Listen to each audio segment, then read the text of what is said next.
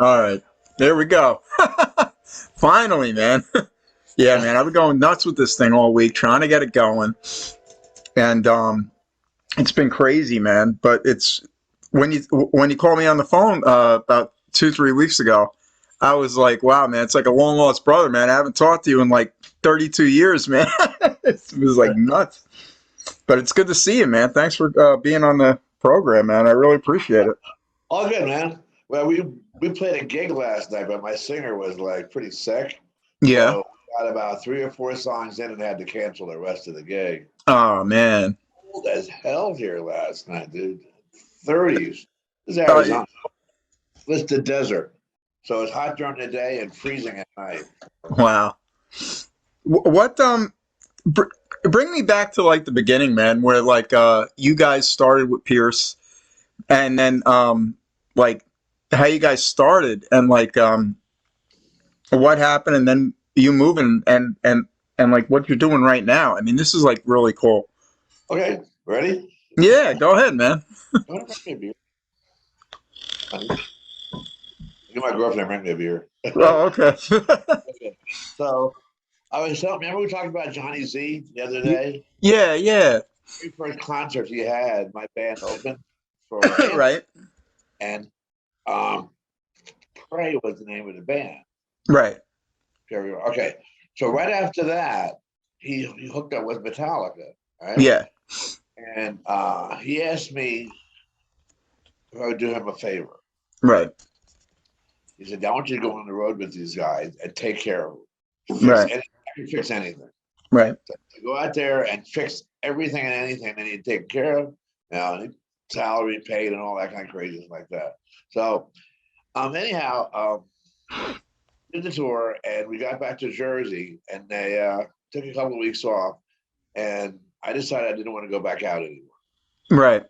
I got a job at a record company in the warehouse, right up the street stuff. Yeah. I decided I wanted to write my own stuff. Uh huh. So the guys from Prey, we worked together to start writing the material. And actually, Okay. Prey all is original. The cover band scene in Jersey is pretty tough. There's a lot Yeah. of great bands that you remember. There's a lot of cover bands. But great ones. I mean, great. I remember. I mean, do you remember the Nerds? And they're still Yeah, around. And they're still around, man. And they're doing great. I mean, they're. I mean, with the damn COVID and everything, like, I mean, it's hard around Jersey, you know. But they're still around. I know they had a lot of different members through the years. But yeah. but but yeah, man, the cover band thing is really tough in Jersey. I was in a cover band for about 5 years, and actually, we rented a room up at Earthquake, Uh, and just getting gigs, man. You know, I mean, there's so many cover bands. You know, it's a pain in the neck. But like, I mean, when did Pierce like start? I mean, was it '87? I don't remember exactly when, but it came on the tail end of me working for Metallica. And I sat down and penned the 3 songs. Right, Right? And with with the 4 guys I was playing with, and they're going to disappear. They get lost in the sauce along the way. Right? right, Yeah, I mean, it's tough. We were just doing originals. right, And I rented a warehouse with the money I made from John on tour. We were in there every day. right. Pierce, when it started, had 2 guitar players. Really? I Yeah, didn't the other know guy, that. he was a no-show most of the time. He Right. had Ben Camaro and Ivan has destroyed everything because his excuse was, "Well, I was waxing my car." Oh yeah. Okay. You got Really? to go. Well, after a few months of that, guess what? I'm going to do his part and mine. I right. showed him rehearsal. He said, "Guess what? I don't need you no more. Right. I mean, All he's figured out. at I the don't need door, you no more." Right? inspired. So we moved to my buddy's house, John Lehman. We rehearsed there, and he helped kind of manage and get things running. And I was doing all the vocals.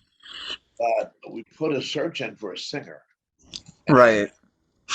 heard a story about this guy that could sing, right? Yeah.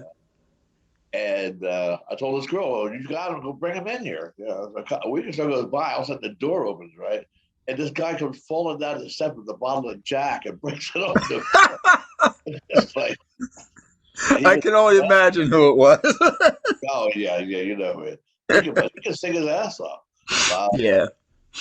He was kind of he had own qualities you needed to be a lead singer. Him and Sebastian Bach got along great. Yeah. Between you and me, they were both kind of assholey. Yeah. Day after he was in the band, he broke into the house and dropped his PA off. And the guy that owned the house totally freaked out. The front door was busted. Jesus Christ. So we wrote a bunch of stuff, lost a drummer, and so we auditioned new drummers. And to audition new drummers, we wrote a song. Right. Turn the Knife. That's where Turn the Knife came from. Turn the Knife on the first album. Yeah. Song came from. We needed a song to try people out with. Right. That was like one of the first songs. White Tip Runner, Turn the Knife. There's a couple of, I don't remember exactly the sequence. But so I met a guy at Gem Records. That's where I was working at. Okay. He was an A&R guy. All right. Well, two of them. Jim Cuomo, I forgot the other guy's name. He started a record label, Skyclad Records. Yes. Skull, right? So they got interested in my project. And so they started to come down and help me write stuff and get stuff organized. And so that went on for a little bit. So then the guy that we had the house, he sold the house. So we had no place to practice, right? So we put everything in storage, and we used to hitchhike to New Brunswick. Yeah. Plainfield. There's a rehearsal studio down there. And so I'd be walking down the road by Rutgers, right? Where there's no sidewalk enough. You're walking through the freeway. Yeah, I know. Walking down there for rehearsals 3 or 4 nights a week. Pretty crazy. And then we finally hooked up with Earthquake Studios. And we started auditioning guys there. A lot of them were no-shows, right? So Tommy would fill in. To the point it was like he knew every song. I was like, why Right. this guy? Yeah. So it just made sense. And Tommy's a monster. He is a monster, man. He was like an amazing drummer. Yeah. And we started hitting. So that was the lineup. So next thing we did from there is we took our money, started going to the recording studio in the middle of the night. Right. One song at a time. Studio up in Morristown, New Jersey. And we'd go there and record one song and move on to the next. So Jim Cuomo came in as a producer and produce all that stuff. And we still didn't have a name for the band yet. I didn't want to call it my name. That's very, very egotistical, But the rest of them said, just do it. So I mean, it's a cool name, Pierce. It's like straight to the point. Like, you know what I mean? I mean, for that era. But I wasn't thinking about that. I just didn't. I don't know what I was thinking. It just, I kind of fell in line with it eventually. The original logo was horrible. Oh, so it wasn't the same logo as on the T-shirts? It was a totally different logo? Totally different, hard to read. It was like scroll work and just all this craziness. Impossible to read. Because I remember, like, the one shirt I had, it had a P, and then the P was like a point. Right. Well, my sister took a picture of the space shuttle. Right. And wrote the name Pierce in it. Then erased all the stuff around it. That's why, if you look at it, but back away, it's actually the space shuttle. Yeah, it really does. I never thought about that. Put two and two together. It's kind of cool, man. And I remember seeing you guys. It must have been like 1989. It was at the Denellen movie theater. Yes. And you guys, there was a band there called Black Car, and they were opening for you guys. Yeah. And I was out in the audience, and all I remember is you got all this smoke, all this stuff. I mean, you guys play like you were playing in an arena. Dennis comes out. He's got this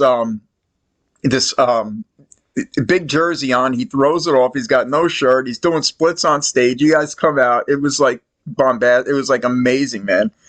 And you guys like packed the place, and it was like great. I was like, wow, man. I used to tell all my friends, you know, and we were all in bands, and I was like, you gotta see Pierce live. You gotta see these guys live. I mean, these guys. I mean, the singer's up and down doing like a David Lee Roth thing with his own style. Billy Pierce, he kind of sounds like George Lynch with his own style. Tommy's a monster, and the bass player was always up front. It was just great. No, and it's funny.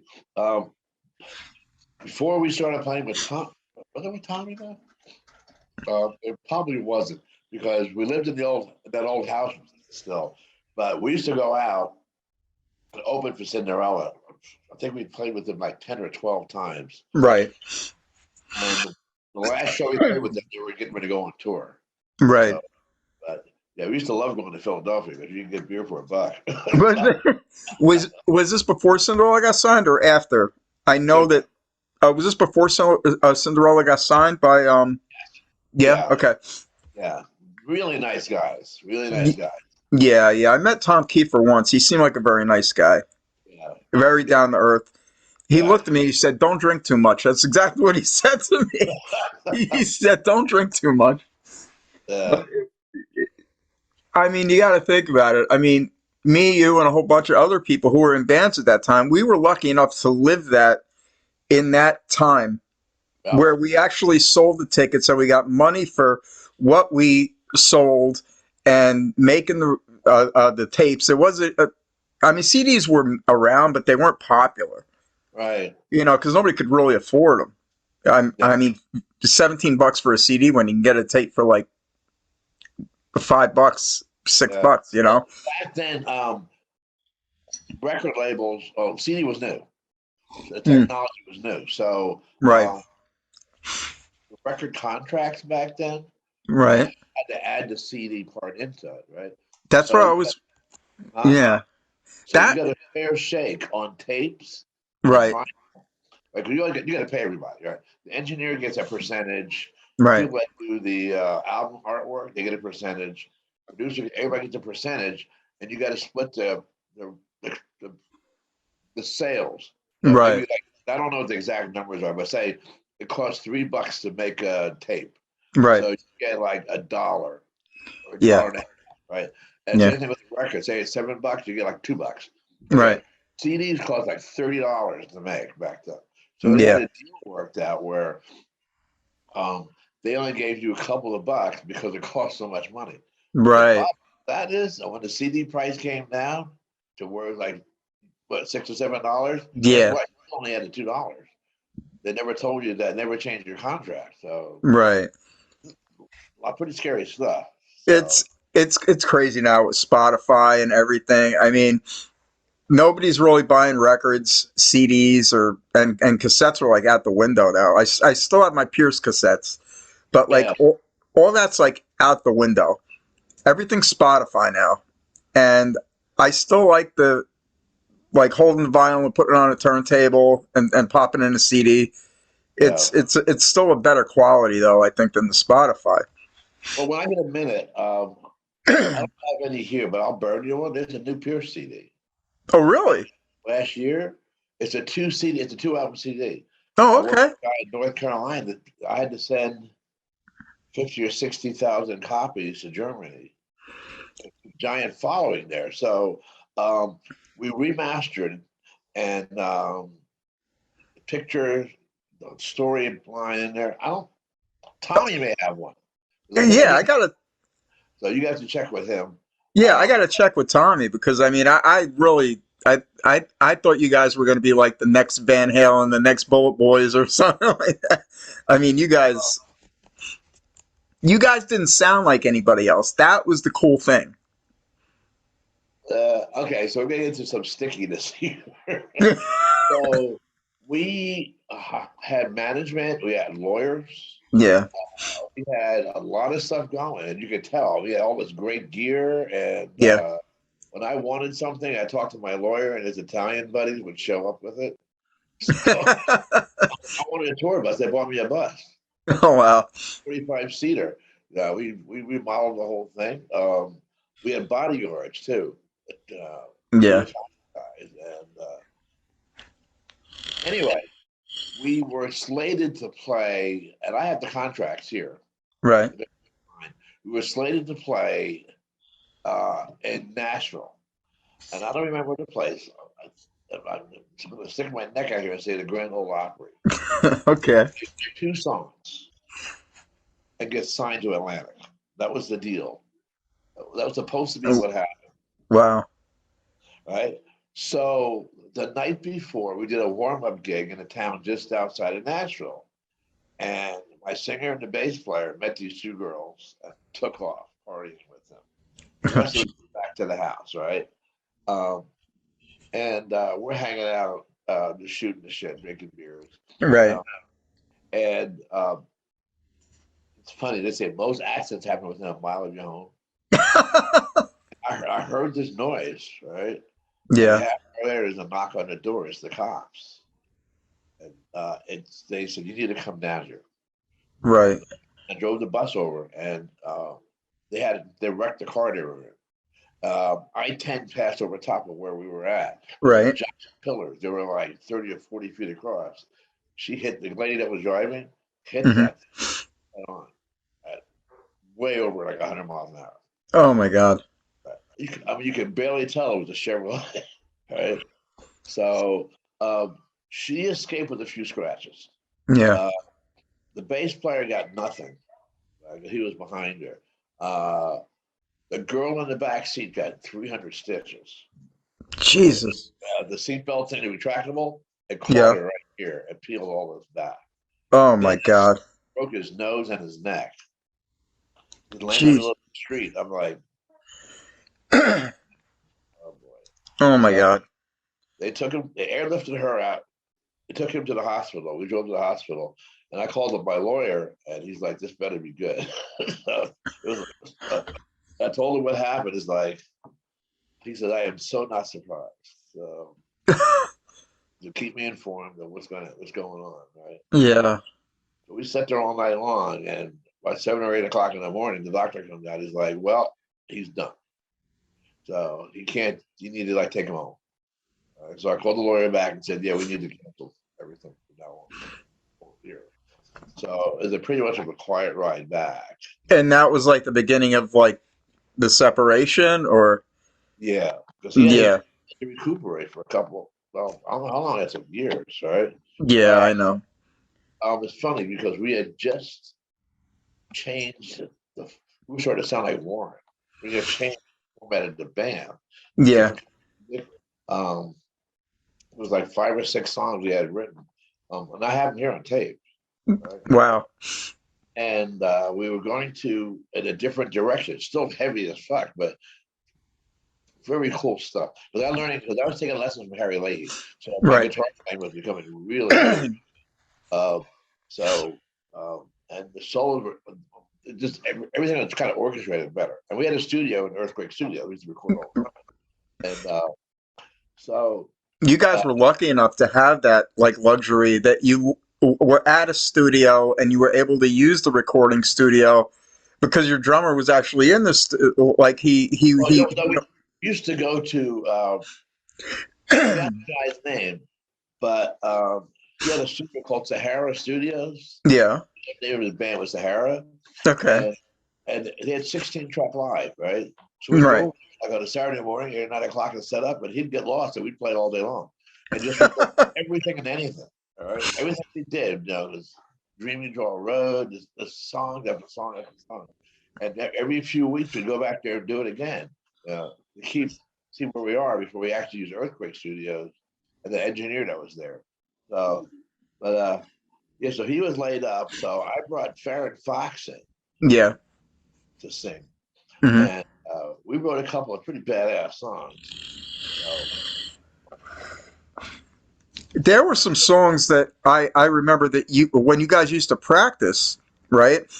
That never got recorded, or they maybe got recorded in shelves. Like there was a song called I forget the name of it. Correct me if I'm wrong, but it was like A Fallen Rainbow.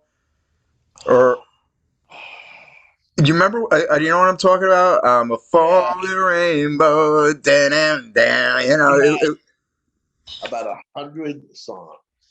it, it, Uh, it was crazy, man. Because I heard this song, and I yeah, was like, oh my god, this is great. It had breaks in it. It was like it was a catchy tune. you heard It the kind of cowboy? reminded me of Winter Witch a little bit. Yeah, I got you. We have a Yeah, called the Cowboy song. yeah. It was cool. Dual harmony guitars at the beginning, and although we pulled it off live, but on the record it would have been bad. So anyway, we did that, and things started turning to shit out there for me. Yeah. Um, so I decided to get out of Dodge. So one of our managers for Pierce Band lived out here. He says, "You ever need a break, right? You Right. just get out of town." Now, it was Lou Haresta. Tim lives here. It's the other manager too. Oh So wow. we were managed by our personal manager, a company called Shades of Blonde out of New Hampshire. Hmm. Um, so one morning I grabbed a handful of clothes and two guitars and one-way plane ticket and flew out here. And the rest is history, man. And now you're gigging like how many days a week are you playing Now now?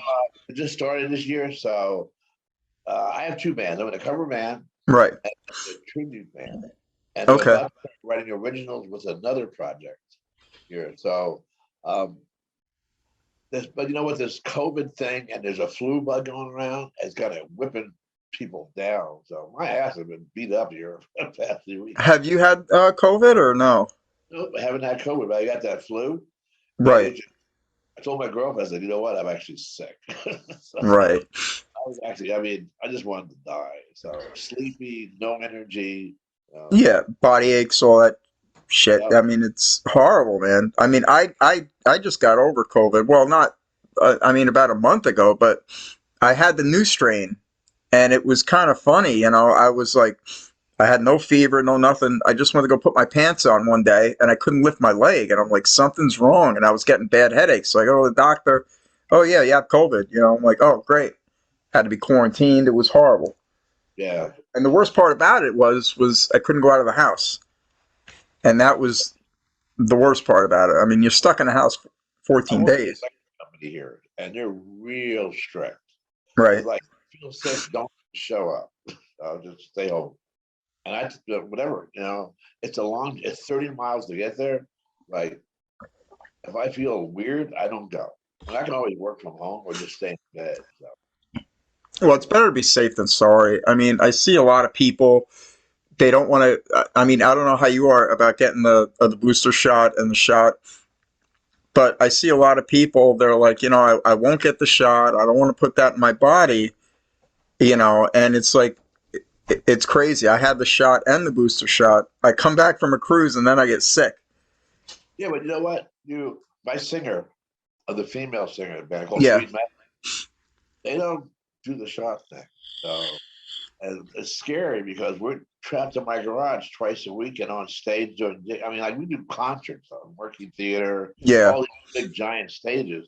But even still, I mean, it doesn't take very much, No. to go from one person to another. Especially if you're run down. I mean, it's weird. If your immune system's really down, it's gonna get you eventually, and you guys are working hard. I Yeah. mean, I mean, you're going to work, you're playing at night. I mean, it's a pain in the ass. And I mean, are you doing any weekend gigs, like day gigs, or? Oh no, just nighttime stuff. Yeah. I'm a pretty good life here. I own this house I'm sitting in. It's got Hmm. a giant pool. You ever want to come out? Okay, cool. It's 11 feet deep, dude. Oh wow. Yeah, big piece of property. I got a giant mastiff dog you'd fall in love with. Um, Uh, there's some cool rock clubs out here. Taking down the Cave Creek. That's where all the parties are with with all the bike cool, rallies. man. So yeah, I if love you're it. out, let me know. So Cool, man. a lot of rock stars out here that you probably know, like Robert Mason. You know Robert Mason, right? Yeah. Yeah. Oh yeah. Yeah, he's in Warren, a few other projects out here. We cross paths daily. So Really. George Lynch, That's one of your heroes, man. I remember George Lynch. I mean, you sounded so much like him. Like Yeah, not identical, but you had your own style. But you had that like type of style with your own style, you know. better than him now though. Yeah. Harry was a good teacher, so it took a few years to get the hang of. He gave me a roadmap of how it all works. Right. Not even how to play; it's just a roadmap. And there is a giant map, like the Nashville number system. There's Right. a giant map that dictates how every song works. Right. Every song had to stick to the same rule. So if you understand the roadmap, you can burn through a lot of stuff. That's so cool, man. So, I mean, I haven't been in a band since like 2004. uh-huh. I was trying to get something going, Yeah. and it was funny, you know, like out in Jersey, you know, I would try to find people. I would go online, answer ads, and I'd go in, and everybody would be drinking, and I don't drink anymore. Yeah. And they would dim the lights down and try to like all they want to do is party. That's all they Yeah. want to do. And I was like, well, let's work. And they would get mad because I was very serious. But these guys, all they want to do is party and get away from their wives. When it's about the music, you know. Yeah. I mean, if you have a passion for something, it's like you kind of get aggravated when people don't take it serious. Yeah. I got you. There's I don't know if you want to put this in the interview, but our people from here Yeah, don't have the dedication that Jersey people have. I can. Up in the middle of when Earthquake Studios, we get up at like 5 a.m. and drink coffee, have a couple of beers, and rehearse. Yeah, I remember. Go to work.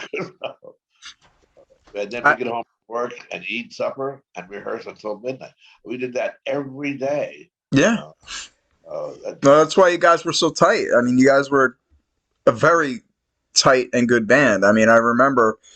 I mean, I would come up there with my band and I'd be like, where is everybody? But you guys would be all the way in the back room practicing with the door open, and Dennis would be like looking out to see if anybody's in there. He'd be running back, you know. And then Tommy, and then you guys stopped playing, and Tommy would take the money, and he'd go back, and you guys would pick up right where you left off, you know. Yep. Yep. And we'd set the mics up in the next room, and we'd just go practice. You know, it was kind of that's what you guys had the luxury of. You know, it was great. It was a crazy, very crazy time. But everything fed into that too. There used to be a music store called Long and McQuaid. You ever hear of them? No, no, no. So we needed to gear up real fast, a shitload of gear, right? Mm-hmm. Nowadays you can rent with the option to buy. We bought everything at once. That's cool. Marshalls and shit. I was paying $10 a month. You know what? I wish I still had it because those JCM 800 back then was Yeah. $1,000. Wow. I just bought a JCM 800 head. Just Yeah. it was $1,800.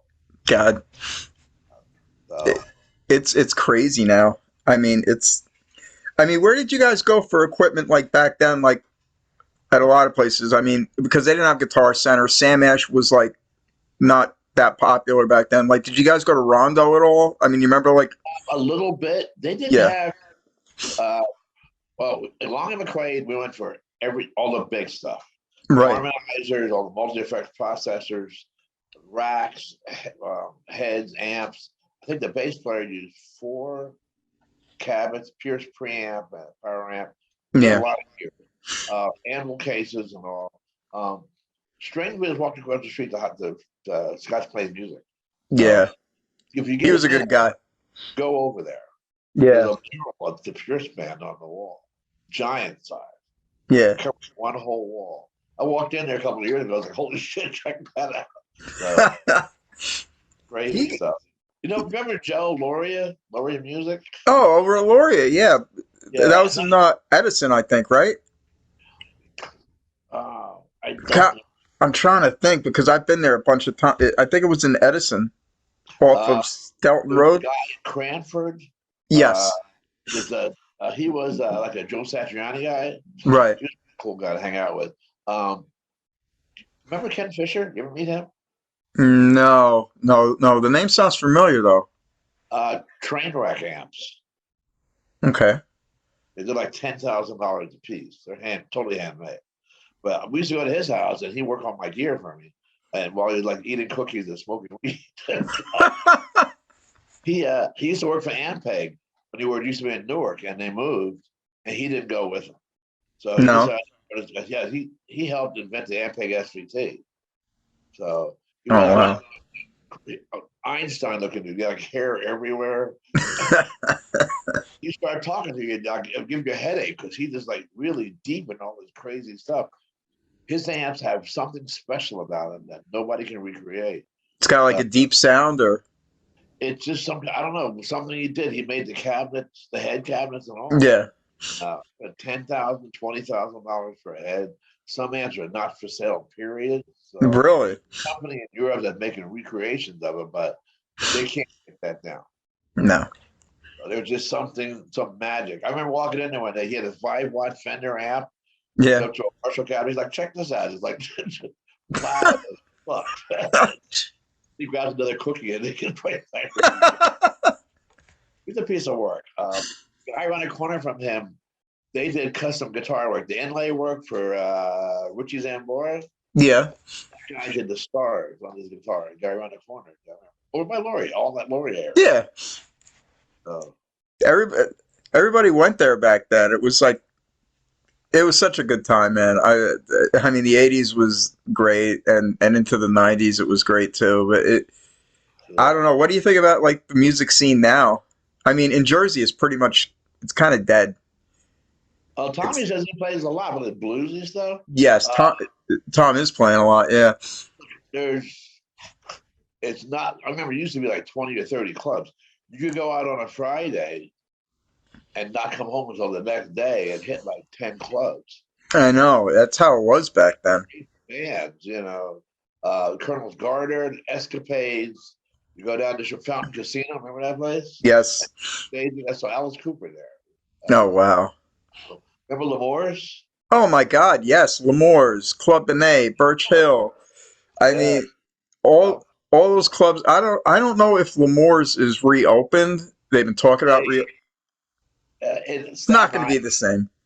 No, it's not. It's not the same anymore. I know the Birch Hill Club and A is gone. Starland Ballroom is like the new thing now.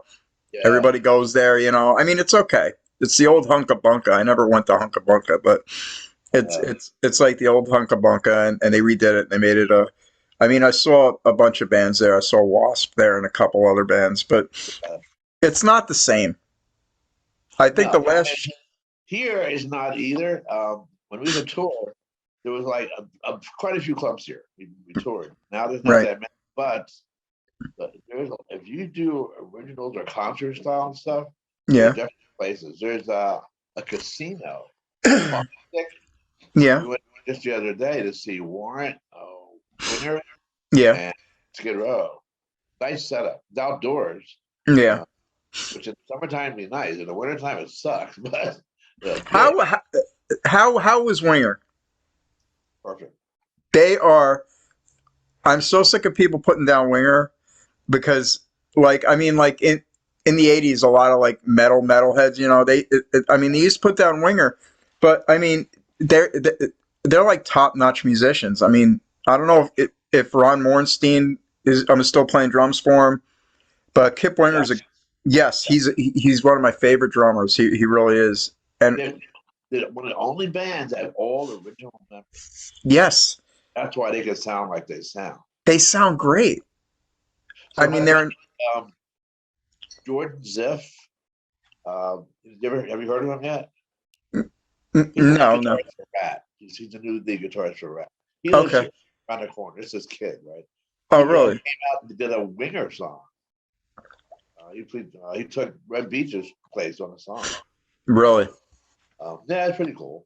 Marquee Theater, the concert hall, and there's other places opening now. So big concert places here, indoors and outdoors. I remember I saw Whitesnake and two other bands, outdoor arena. That's 10,000, 20,000 people thing. So. And how did Whitesnake sound? It's like Whitesnake. Oh. That it's so good to see those bands like still playing. Yeah. Well, he's losing his voice though. He's Well, he what's he like 72 now? something May, like that. Yeah. may, maybe a little bit older, you know. I mean, I don't know because I know Whitesnake was around like after he left Deep Purple, right? Yes. Yeah, and everybody was. I remember in like when that popular Whitesnake album came out, like like when they got a lot of That one. yeah, and everybody was like, "Wow, that's such a great new band." I'm like, "It's not a new band, and Still of the Night is not a new song. It's an old song, and they redid it." But a lot of Yep. people don't know that, and it's kind of funny, you know. That like, Yeah. no, they're a new band. I'm like, he was in Deep Purple for Christ's sake, and he Yeah. formed Whitesnake, you know, and a And lot none of of those people in the video, Adrian Vandenberg, all those yeah, guys, not on that record. It's a no, video because it's MTV. Well, MTV is all about looks. yeah, You remember U68, right? yeah, Heavy metal video show. I used yeah. to sit there and jam to everything on that thing. That's where I heard about it. I met a lot of bands. Alcatraz, Ingve Malmsteen. They were a great band. Yeah, just They were uh, such a great band. Even on the first Bon Jovi record, everybody thinks Richie Zambora and Tico Torres played on that, and it was all studio musicians. yeah, yeah. And everyone's like, "Yeah, there's." I'm like, if you listen, if you're a musician and you really listen to it, you can tell it's not Tico Torres playing a Richie Zambora. I mean, because you know their style. Right, But a right. lot of the people who just listen to it, they don't get it. But and that's okay. You're not supposed to if you're not really a musician. But like you and me, we'd be able to tell, you know? Oh yeah, everybody has their signature. I have mine. You know, Yeah. I'm Oh sure no, you you definitely have yours. automatically know it's me. So, and Johnny Z told me one day, actually, the guy from Magnetic Records did the same thing too. He said, no matter what you play through, give yourself a few minutes, and you're going to find your sound. Yeah. So I've used Marshalls and Mesa Boogies out here, and I mean, there's a variety of insanity, and it always sinks right back down to the same thing. That's why now it's using JCM 800 for overdrive. Why go with all this other stuff when you don't really need it? So Right. No, no, you definitely have your own sound. That's for sure. I yeah. mean, you can tell when you're playing, you know. But yeah, so I mean, do you have any gigs lined up, Billy? Or Uh, I'm a scheduler because I have so much shit happening. I hear you, man. Besides the studio stuff, I'm not sure when those dates are. I did an album with a guy. Right. It's tracking really well on Reverb Nation, but there's 2 songs left to finish, so I need to go do that. Okay. I'm gonna redo the first Pierce album. Oh Playing. wow. I want to redo the whole thing. By playing so much better, it's gonna get They all the people together to do it. So right. I'd like to have Tommy do the drums, but I haven't figured out how to do it yet. And there is a way to do it. I just haven't figured out how to do it yet. So It's still with Dennis's voice, right? Like you'll be able to like overlay the guitar tracks and now there's got to be a different voice. But oh there's some wow. stuff out here. There's a band called Unchained. Yeah. Guy is sick vocals, dude. You can Really. do Dennis in a minute. He Oh does yeah. Five Finger Death Punch, and he's got that voice. You know, he's as crazy as my singer is too. You know, he keeps falling over his motorcycle and shit. Another nutcase, but he can probably do the vocals. That would be great if you guys could do that. Now, would you So have the same album cover, you think, or I don't know. The third album has a different kind of cover. I may. I don't know yet. I don't know. That's that that would be really cool. maybe I reference it. I mean, there's a lot of stuff. You know, yeah, I'm waiting for Laurie to send me a bunch of pictures Right. because he scrapbooks down in Florida before he died, Right. um, and do a whole collage of crazy shit inside. I have some pictures here, but I don't have enough to do what I'm thinking about. Uh, Right. I got friends that own studios here, so it's. Now, do you think that you would come out here, or Tommy would go out there, or I think we can do drum tracks out there and Hmm. just sync them to here. Oh yeah, with technology. What am I thinking about? Like he wouldn't have to come out there. All right. There's a band that's on YouTube. It's five guys, and all live all over the world, and they do Led Zeppelin, right? That's But insane. they nobody lives over thousands of miles apart, and they do Led Zeppelin. And and they actually practice like I mean the way we're talking, like they can practice like Yep, that's amazing. I mean technology is like crazy now. yep. I mean, I still like the old way of practicing, but this is like insane. Like, I mean, what if somebody's like, if they can't make it, or if you guys are quarantined? I mean, that's insane. Yeah. So 18th and the 19th, I have gigs. Okay, Uh, the other band I played is called Angry John. Angry I've been John. a lot of years. We used to play 3 nights a week for 10 years straight. Hard rock stuff. Wow. It was tough. Just working full day job, and then headed like Thursday, Friday, Saturday. Get out there and do all this and sleep Sunday, and then go right back to it the next week. But it worked out good because I got well known because of it. Right. I So mean, yeah, there's a bunch of gigs coming, but I'm like the metal god guy. They call me out here. the metal guy. Yeah, the You metal still god. look the same, man. I mean, you haven't changed. Yeah. Well, we're all getting old. I mean, my hair is thinning a little bit. Everybody's like, I try to. Blue and It's cool. I have a look, so people immediately recognize me. People don't even know, say they know me, but I said, Yeah, whatever. it's cool. Hey, man, screw it. I mean, I cool. can play so much better than I used to play Jersey. I am like faster, more agile. I switched to music. The one band I use nothing but Les Pauls. Okay. The other band I'm using pretty much Strat, Super Strats. Hmm. I was going to J.K. Lee from Japan the other day. So it's in the shop being worked on. Oh wow. I That's. play better on the Strat than I do the Les Paul. Oh So yeah. Les Paul sound bigger. They have bigger sound. So I mean, I'm not a guitar player, but like, I mean, they all have different sounds, of course. I mean, what do you like playing better? I it mean, do you have depends. a preference, or I like playing the Strats, but it doesn't work every time. Like yeah, for rehearsal, I play whatever I want. It's my house. So, yeah. so I go in the closet and pull something out. I get like 30 guitars in there. So I just go pull something out. Oh, Uh, jeez. but for gigging, I use, well, the Angry John, I use a Black Star 20 Yeah, Marshall cabinet and whatever guitar I grab. I have Charvels. yeah. Um, I have these Fenders I built with one pickup in them. Oh wow. Don't need much more than that. No, One pickup, and I use that, and I just burn through shit with that thing. But you know what? No matter what I play, it still sounds like me. I, So well, like I I got said, you definitely have a less set down. just killer tone. So It's crazy, man. yeah. Billy, thank you so much for talking and taking the time out, man. I appreciate it. Yeah, I really do. get to burn you. Take the time. I'll burn you a copy of that new record. Okay, definitely. Um, I don't. They sent all of them to Germany. I think I had a sleeve. Like Okay.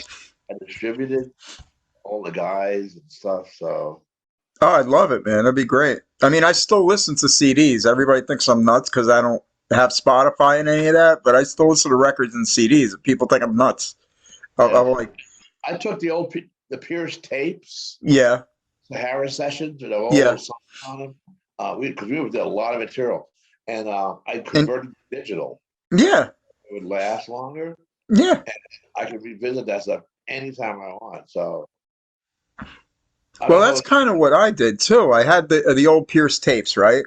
Yeah, And back in like 2000, when CDs were like really big, a buddy yeah, of mine bought a CD burner. So I said, "Can you burn these two tapes on CDs for me?" He says, "Yeah, it's no problem." So he yeah. just hooked the tape deck up to it and he set it up and he burned them on CD and he blew up the covers and he put it on a CD for me. Oh, nice. So it's cool, you know, but it's not like store bought. Yeah. Well, I I mean, went to Alpha Studios, Tempe, next town over, yeah, with the first Pierce tape, right? yeah, And there's all Mac recording studio, total Mac. right. And he EQ'd it, balanced it, cleaned it, and fed it back out as a CD. Oh It's, wow. I mean, it sounds cool. So you can clean all the hiss out and everything? Everything. Oh my So, God. but then the Mac, they could use just nothing you can't do with the Mac. That's So crazy because I remember years ago you really couldn't, well, a lot of people couldn't do that, but I mean, being like a computer whiz, you could probably do that now. yeah, yep. That's insane. That's great. So do you have any plans tonight, Billy, or? I think I'm supposed to stay in bed. My girlfriend says I'm supposed to stay in bed. Stay. I'm under the weather, so I may have to go to Mesa and pick up a baritone guitar I got sitting out there. Yeah. But that's the most I'm going to do. Um, Just relax and take it easy, man. I that's mean, what you I still. love my truck from last night. It's still gears all still in there. So, Did you quit smoking or and everything? years ago, I Really? don't even remember when I stopped. So it's been so long ago. It's So it's so hard to stop. I mean, I'm vaping now. I can't shake it. I mean, I quit when I was 45, and now I'm vaping. So it's freaking insane, man. you got to But just tell. You know what? Here's how I look at it. Um, you're addicted. yeah. I like cigarettes. I really do. I like everything about them. I like. Hmm. Also know that they're not good for you. Yeah. I make that choice every day, smoke or not. So when I bought my first house, I started limiting the places I could smoke at. I'm not smoking in the house. First car, I'm not smoking in the car, right? And just keep limiting. You can't smoke at work no more. You can't No. smoke at church anymore. So I got No. to the point like, okay, you can stand up. I watched a guy stand out in the pouring rain trying to smoke a cigarette. Like, really? That's. It's only gonna put it out. It doesn't Yeah, make sense. I know, but people they just refuse to give up. It's like it's minus 30 degrees outside. You're out there trying to smoke a cigarette, and you're out there Yeah. by yourself. I was just looking at the like, look at this That asshole. nicotine is so freaking addictive. It's like crazy, man. It's Well, you just got to make it the decision. Know that you're addicted to it, yeah. and you should know that you can't do it. Yeah. And if you know what, it's tough move, but every day down the road, it gets easier. It gets easier, of course. It kind of destroyed my voice. I mean, Well, vaping honestly. is actually worse. You know that, right? What? Vaping is actually worse. With a cigarette, you got what, like 6 minutes? Yeah. The cigarette is gone. You can vape for hours. You could constantly sit there with that damn thing and just vape and vape and vape. Yeah. And yeah, I know people that do it all day. I had a And buddy it that played drums for me, died on my birthday. Um, and he had no bad habits at all except vaping. Gym every day, uh, didn't drink, just straight up great guy. We were supposed to do a gig, and we were writing a new record. I was with him and writing a record, and he died in his sleep from vaping. His oh my heart, God. so His heart gave out? it came apart. They said it was probably the most painful thing ever. 5 minutes. Oh my God. So, God bless. Oh my God. now, though, now you have an incentive to stop vaping. Yes. It's pretty Yeah, hard, because I'm sitting there, I talked on my birthday. Next morning, I get a text on Facebook. It's like, we need a different drummer for Saturday. Lee's gone. Lee who? Then I looked at the store. I was like, what? oh man, that's horrible. How long ago was this, Billy? 2 years? 2 years ago. God, that's not that long. No, great drummer. Great drummer. And how old was he? 40s. Oh my God, that's young. Yeah. I That's fuck you up, dude. I'm telling you, because I said there's no limit. You can vape endlessly. yes. You vape now. He had one that was like powered, so you don't even have to suck it. You just got to force it into you. You know, Uh, so it's like And it's a whatever. lot of electricity going into that vape, and you're getting a big hit off it. Right. Plus, it's not regulated. I work for SRP, the electric company, and they have a whole 10-page document on vaping. They'd rather have you smoke cigarettes. Really? Yeah, vaping is they can put anything in it they want. Anything could go in the vape. So Yeah, metals, whatever, because there's nobody watches what's in there. So exactly. And you're right. It's not regulated.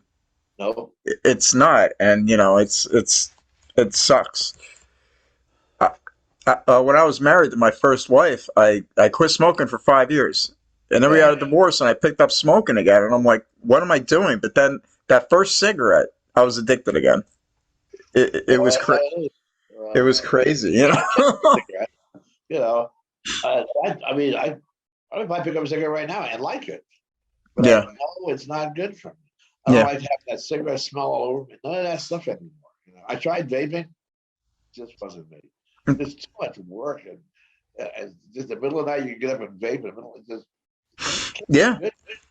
You know. yeah. I mean, you got to change your coils. You got to constantly change your coils once a week. You got to add the stuff. It's a pain in the ass. A cigarette, you just take it out and light it up and smoke it. But So by the time I get to Jersey, you're gonna have already have quit. yes, absolutely. I'm gonna hold you to. Definitely, then. I mean, we should get together and jam when you come out. That'd be great. Looking at June 10th, Okay, cool, so man.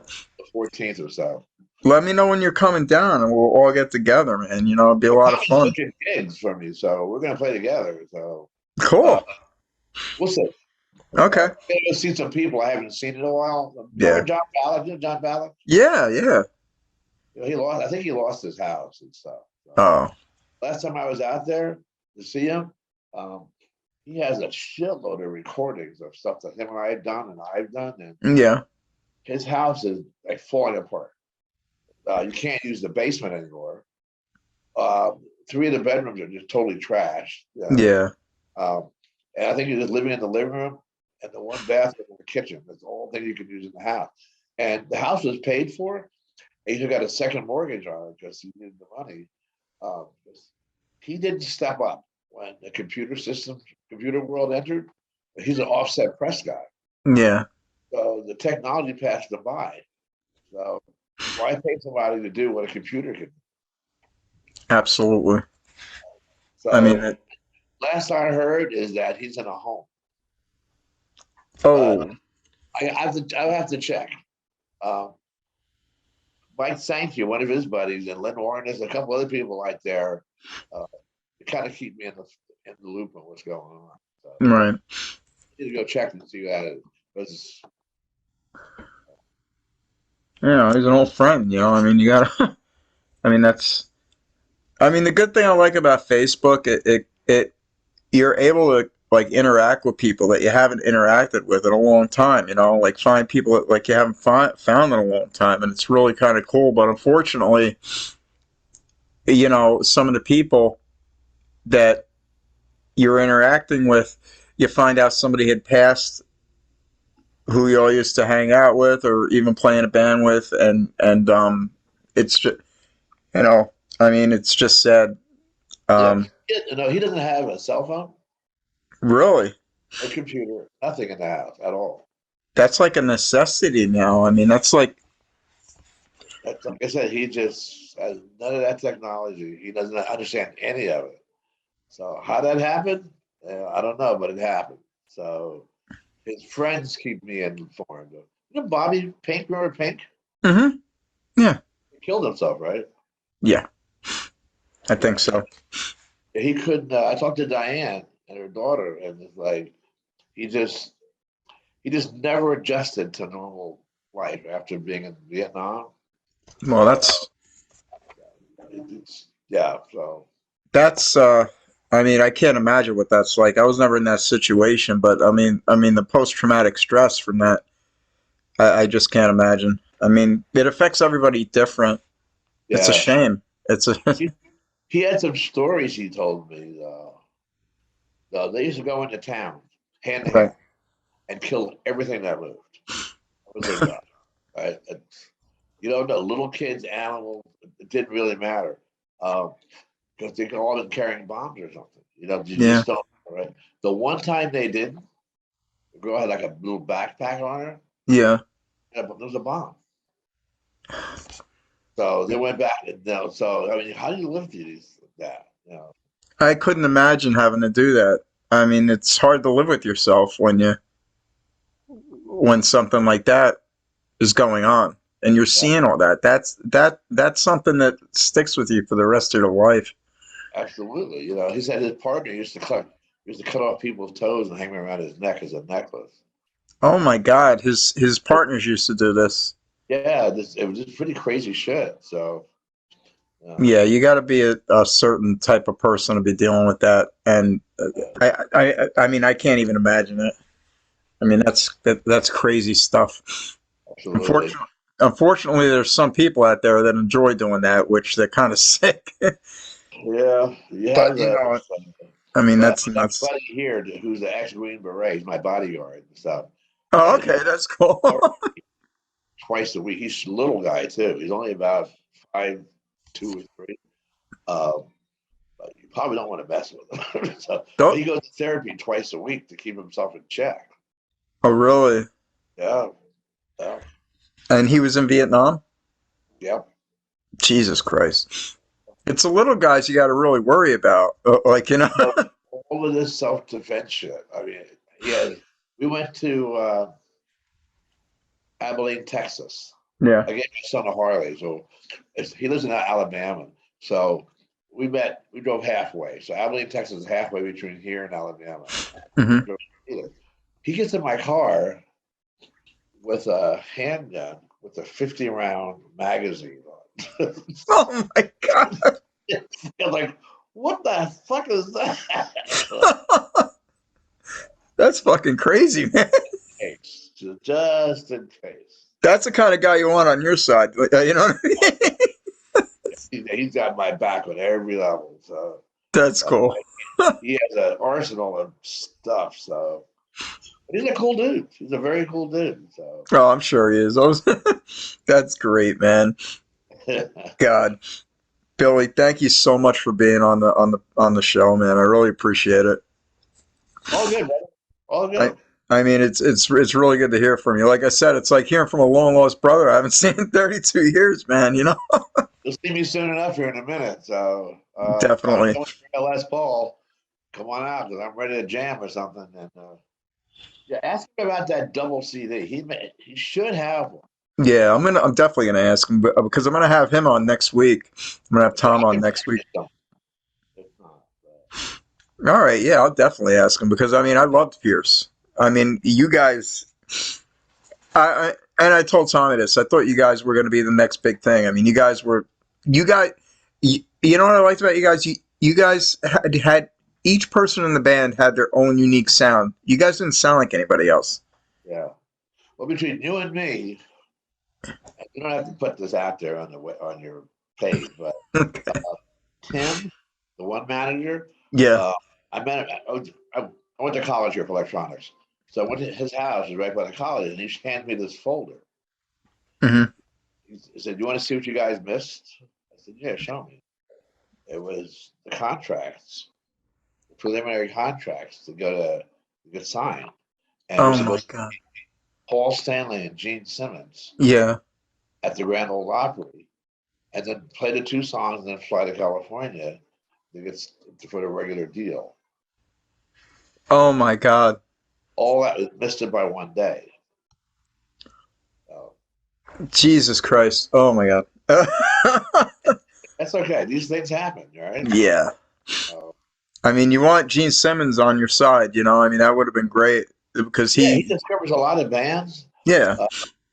Uh, we've been bumping. We're doing several hundred gigs a year, so people were watching and paying. We met a booking. What was this guy? A contract manager. And it's weird, just like in the movies. They send this Cadillac limo out from New York City to get us. Yeah. And we get in the car, we drive it to New York.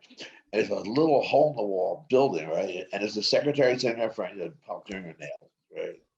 And walk in the back, there's this dude, big fat motherfucker with this three-piece leather suit on. Yeah. His contract is about this friggin' thick. stuff. He says, you know why you don't play New York City anymore? Especially you're not signed with me. And and he named some bands that play a lot out there. Remember Streets, Yeah. Oh yeah. the Cat Club? I mean, he said I can get you into all of those places. You can rehearse on the Morris, you know, like Vito Bratta did. Yeah. Yeah. He said I'm gonna get you into all of these places. Like sign here. Uh, so I said I'm not signing anything without my lawyer taking a look at it. I'm not gonna. This isn't. He goes. This is not open to you having your lawyer look at it. I said, if that's the case, then we don't want it. So, I mean, Jesus. that means you got something.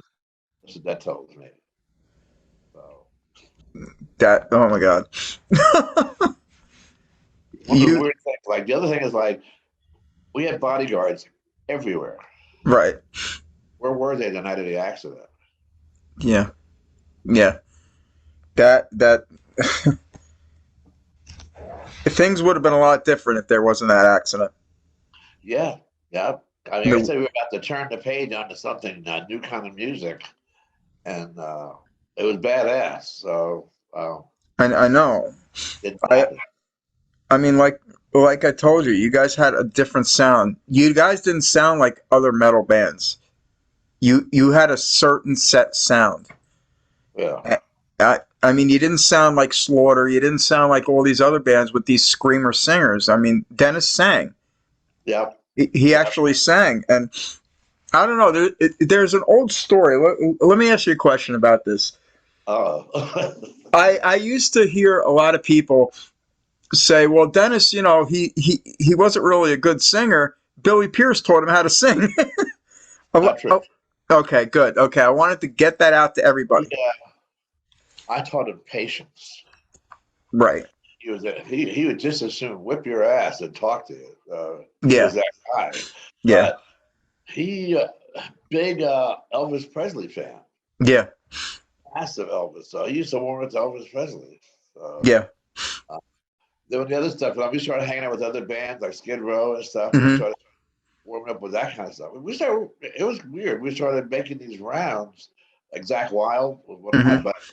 We played escapades together, Right. and I didn't teach him how to sing. But you know what? I think he may have worked with, because I was a singing coach. Right. Can't think of her dog's name was Arlo. I remember that. And she'd come over and play piano and help us. We did a lot of cool, crazy shit. We did like aerobics, Right. mirrors, that you get you used to jumping and that not hurt yourself. Good thing with him. Well, he had so much energy on stage. I mean, that was the crazy thing. I mean, he was in his 20s. I know this, but like, I mean, I used to like when you guys played live and even at practice. I mean, the energy he had, and the thing I liked about him, he used his voice. He didn't try to be like anybody else when he sang. He used his voice, and then when he like would hit like on songs like Danger, Yeah, there were songs like Danger, and then there were songs like Hit and Run. yeah. He could change his voice. There's some toys in there. Oh, okay, all right. Jim Cuomo, our producer guy, Yeah, he had a band called Fire Ballet, yeah. like a Kansas tribute band. All right. Guy was like he could play every instrument, and he was a singing motherfucker. I mean, he could sing all over them. So he was always in the studio when we did the both. And the other thing this guy had at that studio was a thing called a Fairlight. Mm-hmm. Right? It was a keyboard thing, but you can record, like, say, your voice into it, Right. and one of the sounds on this keyboard. Oh, okay. Crazy shit. So a lot of the high voices you heard was Jim Cuomo. Oh, okay. I didn't know Joey, that. my voice is high too. Yeah. So um,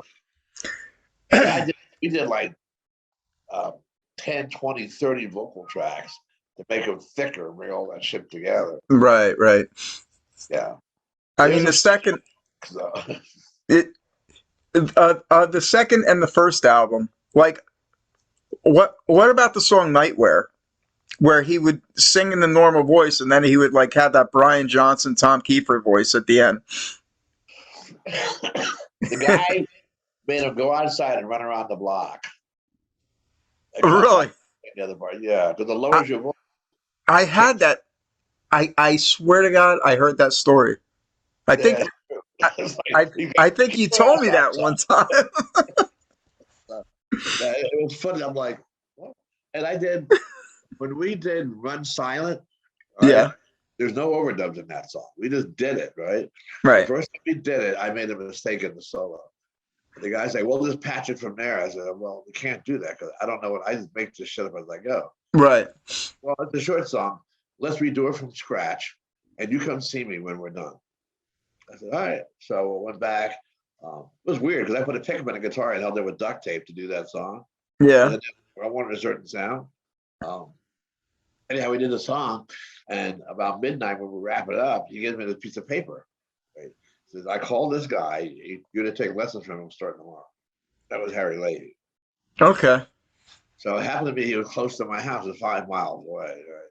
We just take the bus or just hike over there, take lessons from this guy, and yeah, it was kind of cool. So. That is, that was such a great time. I remember when that first album came out. I was like, wow.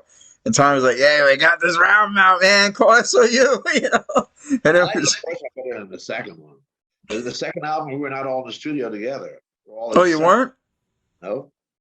Oh, So okay. the time of the drum tracks and the bass player went in. I went in by myself to play guitar. I told the guys like, "This feels weird. It's like laying on the meat counter at ShopRite. Of all this gear and me, and there's no band. Uh, like, and guess what? It sounds like that to me. It sounds sterile. Yeah. Yeah. I mean, there's not as many keyboards. I mean, The I guy don't know didn't if there. have all that stuff over there. That was Scott Plain Studios, right? Oh, on the second album, right? Yeah, but Dennis did the vocals at the old studio. Took the Oh, vocals up there, but everything else we did down at Scott Plain Studios. I wish we did the whole album at the other place. But that okay.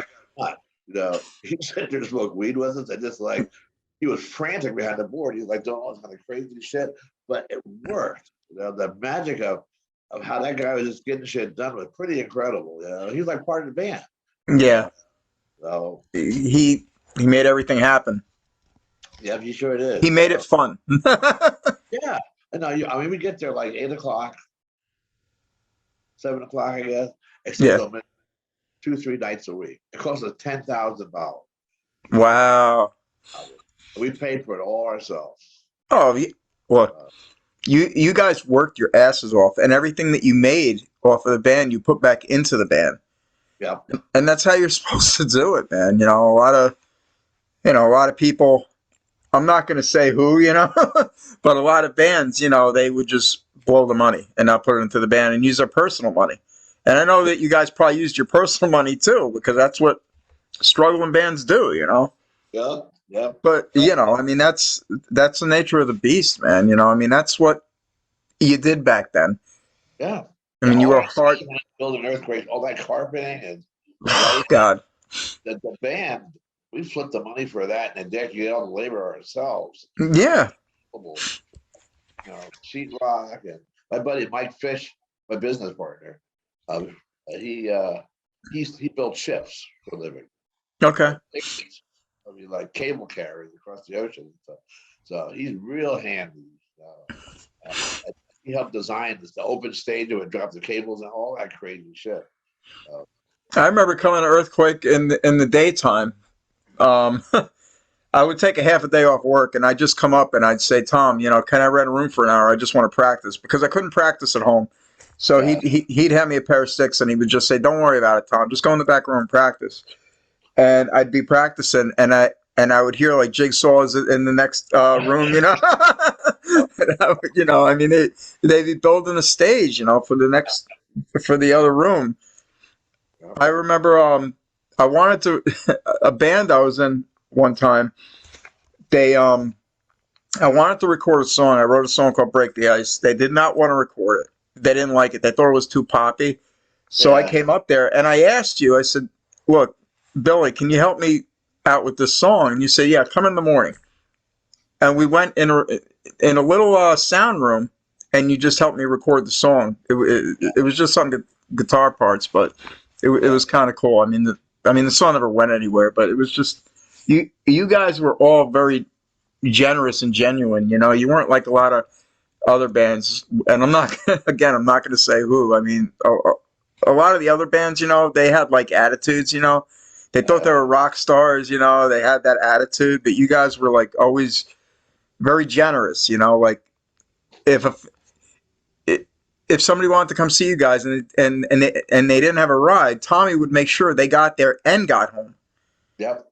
And that we're was always cool. doing that for people. It's funny because we ran into a lot of musicians. Yeah. The singer from White Lion and this Skid Row. Just some of these guys were like impossible to do. Yeah. But they were all that and a bag of rocks too. I remember hanging out at the whiskey, right, with the guys from Rat. We're all up down there. Right. But you know what? Once they got loosened up, they're like a bunch of homeboys from Jersey. You know? Right. Right. Just so cool about everything. So another band we played at Orange County. The opening band had all pink Marshalls. Right. They were fake, but they're all pink Marshalls. And they were totally being dicks to us. Right? Really? There was a gig we played here, and the opening band wouldn't strike their gear. Right? So they wanted to fight about it. So you know how we are. We're from Jersey. Yeah. Like, let's step out back, right? We stepped out back, and before we got started, our 2 bodyguards showed up. So you guys go back inside. We'll take care of this. There was one guy, and he was semi. It was a couple of years. It was a couple of years back. I went to this place in Newark to go see this band, and it was just he passed away not too long ago. But the drummer from Pantera, Yeah, he was in a band called Hell Yeah. I don't know if he just had a bad night or whatever, but there's a place in Newark where you can go to the concession stand. It's like the new arena. I forget the name of it, but I went back there. And I went to the concession stand to go get a soda, and he was sitting there with Scott Ian. And I walked up to them both, and Scott Ian was very cool. He was really, I was just like, you know, I'm a fan. Could you maybe just sign this napkin for me? I didn't have anything on me. He was like, yeah, fine, you know. And and the drummer for Pantera, I asked him to sign. He goes, yeah, I'll get to you later. Yeah. Yeah. And, you know, it kind of rubbed me the wrong way. And ever since then, I was like, I won't listen to Pantera. I don't know if it's... He could have had a bad night. Huh? The band Raven? Yeah. Remember those guys? Oh, man. I have their CD. They're great. They were just here. And they'll be back. I told them they can stay at my house. Next time they come back. They're just as crazy as they fucking were when I worked for them back in... And they're still around, huh? They live here. They live in North Carolina or something like that. Anyhow, they autographed the back of my jacket. I mean, all of them, and just had no. That's freaking awesome. They're great guys. You know Michael Nitro? Yeah. You know, I don't know him personally, but I've heard of him. We played with him last night. God, oh my God, that's so cool that all these guys are still around. Yep. That's like awesome, man. You know, I mean, it's crazy. Yes, sir. That music, that just goes to show you that like so many people back then, like people our age, were saying that music's never gonna last. It's never gonna last. It's never gonna last. But our music is like standing the test of time. Yeah. It's like. How can I say it? I mean, you had Iron Maiden fans and you had Dio fans, but then you had the Bon Jovi fans, and Bon Jovi kind of switched everything over to what, like, everybody was smiling back then, like, you know, and then Dio and popular metal bands kind of like had to step back and for the Pretty Boys to come out, but that whole generation of music is never going to die. It's never. The guy on XM radio, he's from Jersey, at the metal show. Yeah. Eddie Trump? Eddie Trunk Yeah. said, "What we do comprises less than 10% of the music. Right. So does nothing. But if you look, this band from Europe called Jorn, Jorn, you should check them Yeah. out. But Okay. metal, and I have another guy here that runs a metal radio station worldwide, several million followers. Wow. It's not going away. For some reason, it just refuses to die.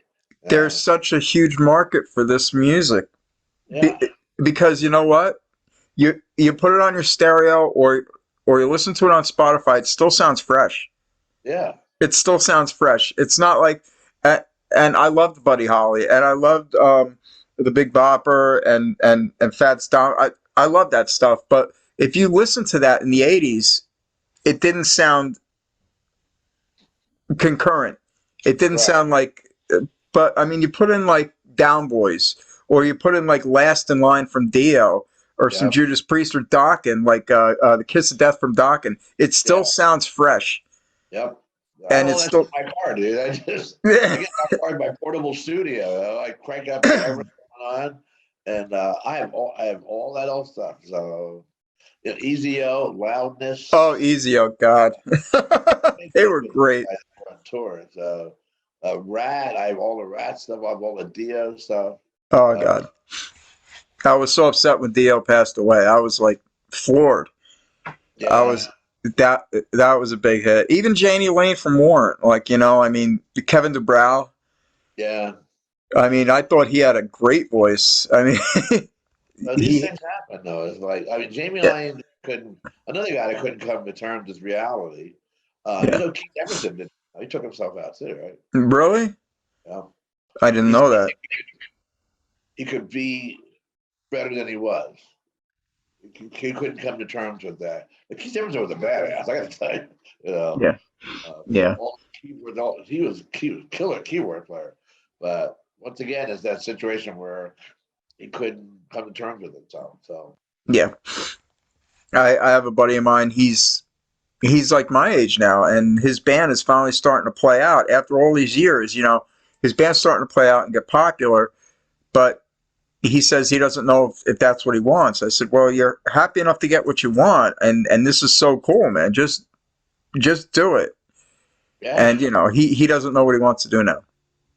Well, but I'll just say this is a lot of work to do this. Yeah, This is not the easiest thing in the world to do. Half my life I'm an executive. The other half of my life I'm just a metalhead guy. yeah. I It's got to keep both in check half the time. So it's definitely not easy. Like I remember when I was gigging. Okay, like I mean when I was in my cover band. You get out of work, you get home, you take a shower, you load your equipment, you get to the bar, you get to the club, wherever you're playing, you set up, and then you want to play, you're excited to play, but then by the time you break down, get the money, get home, and it's like, and then you got to unload your equipment. I didn't want to leave my drum set in the back of right, in the back of my car because I don't want it to get broken into. right. It, it's a lot. It's a lot, and I don't it's take 4 8 stacks. Pierce Man on the road with us every single gig.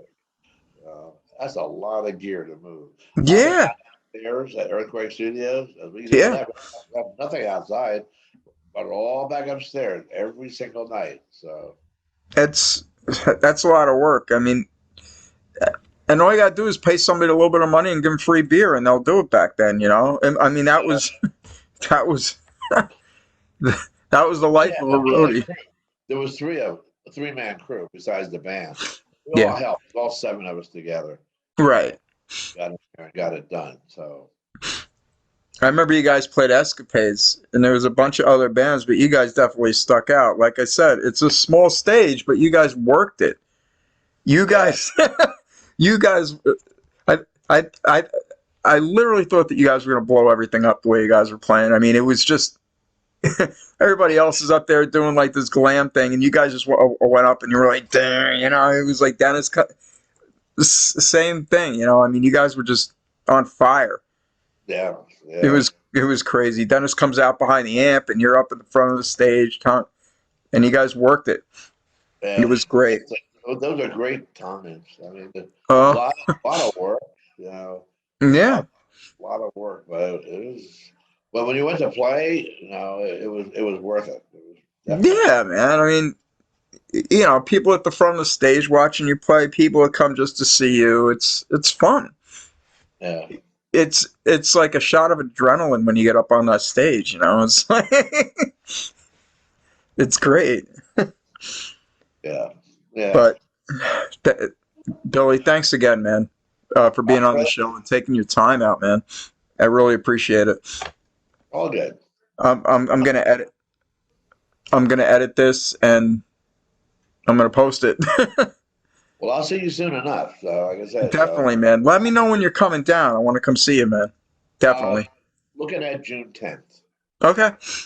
So you got to kind of get there like early afternoon because it's a Friday. So have a gig that Friday night. Okay. All right. That's the plan. So. All right. Well, it's gonna definitely be good to see you guys play again. Yeah. Cool. And it's really cool that you guys keep in touch, man, because you guys are like brothers, Yeah, I bonded with him more than anybody else. The thing with Tommy, he's an easygoing guy, and he's a good-hearted, genuine person. He just wanted to play drums. Yeah, he's just a good guy. Besides being a great drummer, he's a good-hearted person. Yeah. He'll help anybody out, and the same with you. I mean, I remember there was one time I went up to the studio and I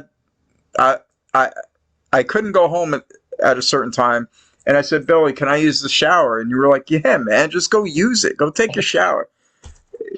Yeah. And that's what it was for a lot of musicians up at Earthquake Studios. You guys just helped a lot of other musicians out. Yeah. And that's what you do. I mean, you help each other out, and that's what it's all about. Yeah. But yeah, man, when you come out, please keep in touch, and I'll come check you guys out and see you, man. It'd be a lot of fun. It will. Good. Billy, thanks again, man. All right, man. Appreciate it, man. It was great talking to you, man. All right, you take care of yourself. You too, Billy. All right, brother. All right, brother. Take it easy, man. Bye. Bye-bye.